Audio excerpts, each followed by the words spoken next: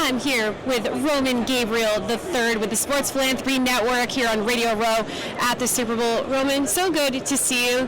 You're no stranger to Radio Row and going around and supporting all of the causes that you care so much about.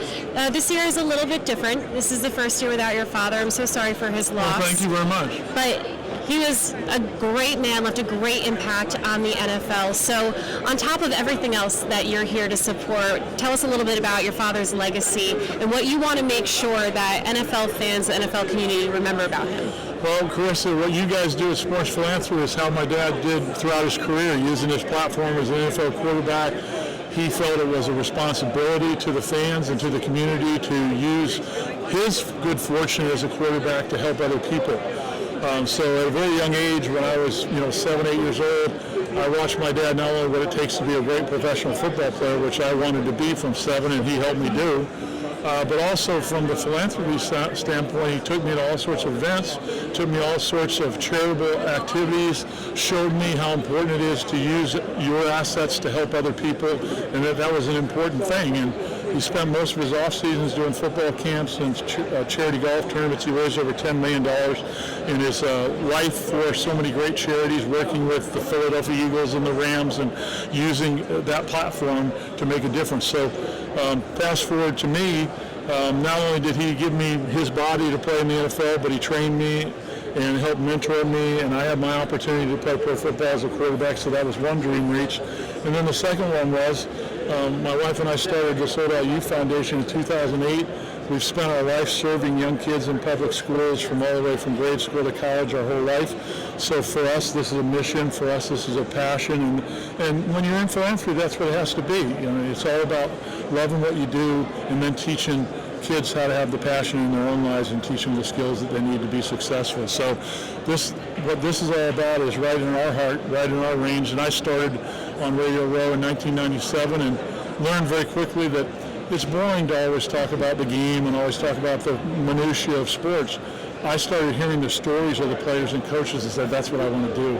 I want to tell their stories, and these guys want to tell their stories. That's what they have a passion for. So over the years, the guys knew they could come to our show and tell their story without having any trepidation or problems, and to be able to talk about what they were passionate about. So we integrated that into our school program.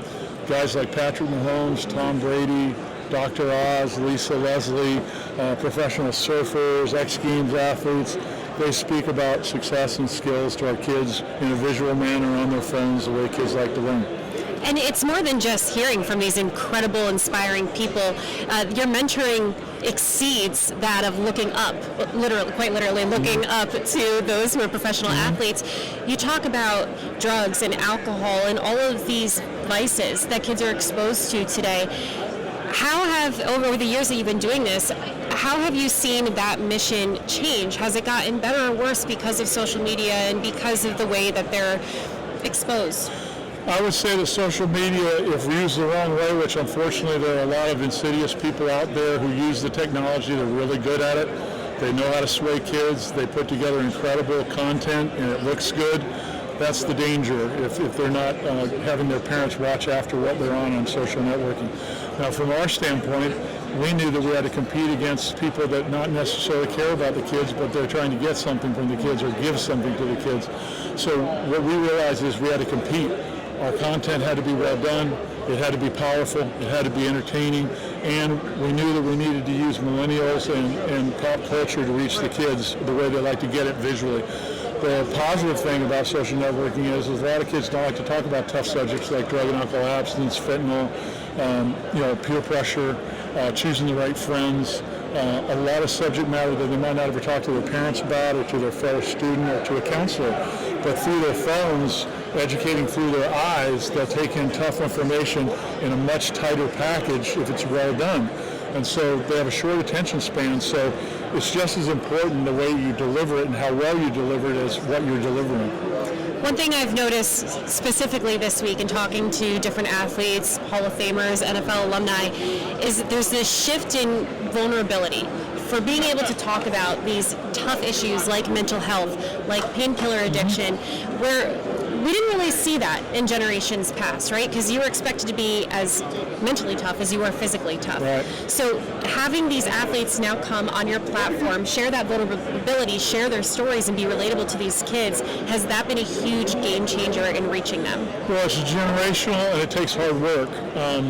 If you don't start talking to kids about these issues at a young age, once they get to the teenage into high school, that's when they choose to go the wrong way or choose the wrong lifestyle, and they choose quickly when they get to these transitional years between grade school, middle and high school. So our program starts in K4. And if you start early enough, all the stats point to the fact that if you get kids used to talking about tough subjects, get them to overcome peer pressure at early age, give them positive, accountable learning tools and resources, then they'll respond. Kids still want to be challenged today. They're not going to tell you that, but they want to be challenged. They want someone to be accountable too. So our program builds in accountability. We talk to kids about warning them about the things that could be stumbling blocks for them. But we also have a powerful proactive drug and alcohol abstinence pledge poster program in schools that goes in high traffic areas and on websites. And we ask the kids to make an accountable pledge to each other to be drug and alcohol abstinent, to their parents, teachers, coaches, and their fellow students. We ask them to hold their good friends accountable, and then we ask them to go home and let their parents know they made the decision so we can get the parents to get involved in that very important conversation that many parents are uncomfortable having. So we even created tools and resources through the school to be able to educate parents on how to talk to their kids about it. So just like in sports, I mean, you got to learn the fundamentals, and once you learn the fundamentals, you begin to apply those fundamentals, and then it becomes a habit. So all the tools and resources in our educational program at SOAR.TV.com are available on their tablets and phones. So it's easy for them to transmit to friends and family members and to fellow workers. It's visual. It's something they can do in the privacy of their own home without the pressure, and that they can pass on without feeling that somebody's watching them or that somebody's going to judge them. It's such important work, and I'm sure that there are so many athletes and non-athletes, professionals who want to be involved. So how can people sign up to be a mentor, to work with you and help these kids? Well, there's several ways. You can go to SOAR.TV.com, which is our official website. It's our public site available to anybody. Then we have a password-protected school curriculum and online platform for K4 through K12. We can get volunteers if you want to help us, whether that's getting the word out, whether that's interested in getting our program into your public or private school. We have a church program for youth groups. We have a Boys and Girls Club program, an after-school program, a Red Ribbon Week program, a summer school program, a lot of iterations to where throughout the year schools can use resources where it's flexible, risk mitigating, proactive. So you can go to my site, contact us directly. If you want to donate, if you want to be a volunteer, if you want to get us to your school or school system, we have the way to do that. So any way you want to be involved, you can be part of the solution. And this week it's all about hashtag tackling fentanyl, hashtag saving lives. So if you go to Roman Gabriel III on Twitter, Instagram, and Facebook, you can follow us, take those hashtags, send it out to your friends on social networking, and then we'll put up our website where you can go directly to that, send it to your loved ones. Listen, there are a lot of people dying accidentally. We had 114,000 people die from fentanyl overdose last year. Many of those are preventable accidents. We've had a plane load of people die in a year, and here's the statistics that can blow any parent away. We've had more fentanyl deaths, over 500,000 in the last 5 years, than U.S. soldiers that died in World War II. So this is a crisis. We need to be proactive, and the way to do that is a massive education campaign, and that starts with you at home, in your community, in your schools, using your devices for good, and making sure that people have the life-saving information so you can talk to your kids intelligently and keep them from making one poor decision that could cost their life. Thank you so much for that. And you wrote those hashtags down on your brick that we're going to add to our wall of philanthropy. So I'll ask you to just smack that on there so you can join all of our causes that we have represented here. And there you go. Awesome.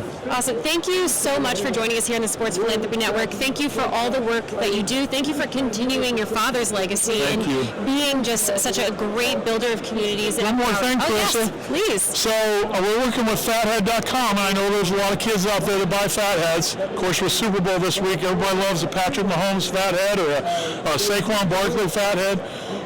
very soon, in the next couple of months, we're introducing my dad, Roman Gabriel, the Legends Collection. It's going to be a life-size stand-up, which you're looking at here, a life-size sticker set. This is with his white-on-white, old-school 1969 MVP year with the Los Angeles Rams. Had to have dirt and blood because that was the NFL back then. So you're going to be able to get anything you want Fathead, and that joins Joe Namath, guys like Franco Harris, Johnny Unitas, Roger Staubach, all these guys that are legends on Fathead.com. So I'm happy to be working with Fathead. We'll be at the Fathead.com party tonight. Pretty soon you'll be able to get your hands on Roman Gabriel. All right? I love that. I love how you were able to sneak that in there. Yes. That's exciting. I'm going to go check it out. Might get a Franco Harris one myself. There you You know? Go Penn State. But thank you so much for being with us here and for all that you do, and enjoy the rest of the Super Bowl week. Thank you.